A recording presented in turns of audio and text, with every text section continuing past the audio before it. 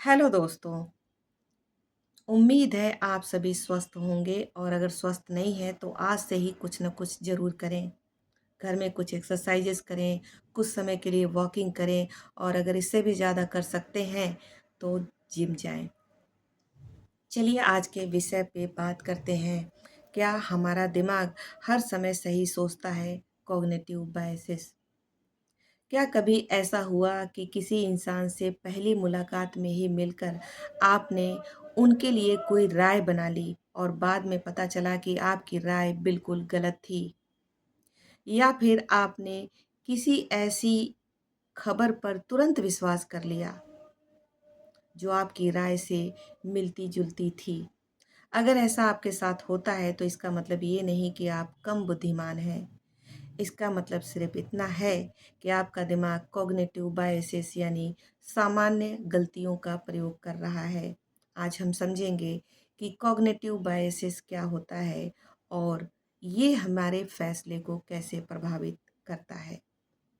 क्या है cognitive biases? हमारा दिमाग हर दिन लाखों जानकारियों को प्रोसेस करता है। अगर ये हर बात की गहराई का विश्लेषण करने लगे तो इसे एक सामान्य फैसला लेने में भी बहुत समय लग सकता है। इसलिए हमारा दिमाग शॉर्टकट तरीकों को अपनाता है और उसी शॉर्टकट तरीके को कॉग्निटिव बायसेस कहा जाता है। ये हमें जल्दी फैसले लेने में मदद करता है, लेकिन कई बार ये हमें गलत निष्कर्ष तक भी लेकर आ जाता है। यानी हमारा दिमाग हमेशा झूठ नहीं बोलता, लेकिन ये हमेशा हमें पूरी तरह से सच भी नहीं दिखाता। चलिए बात करते हैं 3 कॉमन कॉग्निटिव बायसेस के बारे में। पहला है कन्फर्मेशन बायसेस। इसमें हम उन्हीं जानकारियों को ढूँढते या उन्हें मानते हैं जो पहले से ही हमारी सोच से मिलती-जुलती हो। अगर कोई भी जानकारी या बात हमारे सोच से अलग हो तो हम उसे नेग्लेक्ट कर देते हैं। दूसरा है हेलो इफ़ेक्ट। अगर किसी इंसान के अंदर कोई एक बात अच्छी लग जाए तो हम ये मान लेते हैं कि उसकी बाकी की खूबियाँ भी सही ही होगी।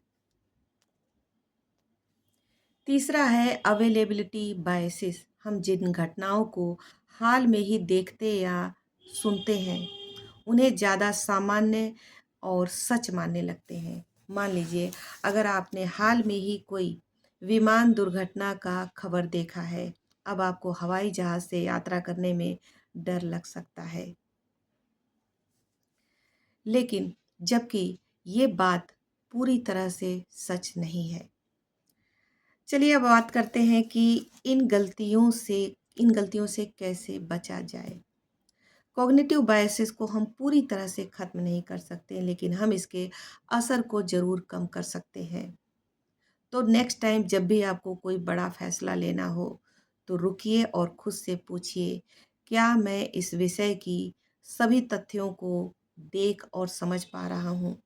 या सिर्फ़ मैं वही समझ रहा हूँ जो जिसे पहले से मैंने सच मान रखा है। दूसरों की राय भी लीजिए, जल्दीबाजी में फैसला मत लीजिए और हमेशा अपने पहले विचार पर सवाल उठाइए।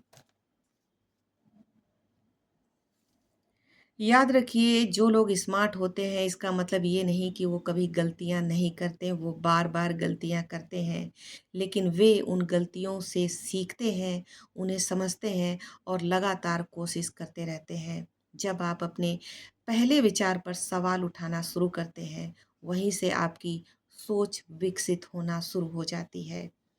अगली और अंतिम वीडियो में हम ये सीखेंगे हमारे दिमाग की rewiring sorry mind rewiring techniques, हमारे दिमाग की माइंड रिवायरिंग टेक्निक्स यानी कि विजुअलाइजेशन, मेडिटेशन, जर्नलिंग और वैज्ञानिक के अंतरि वैज्ञानिक के अन्य वैज्ञानिक तरीके जिससे हम अपने दिमाग को और ज़्यादा बेहतर कर सकते हैं। वीडियो अच्छा लगा हो तो प्लीज़ लाइक, सब्सक्राइब, कमेंट ज़रूर करें। बहुत ज़्यादा मेहनत करती हूँ।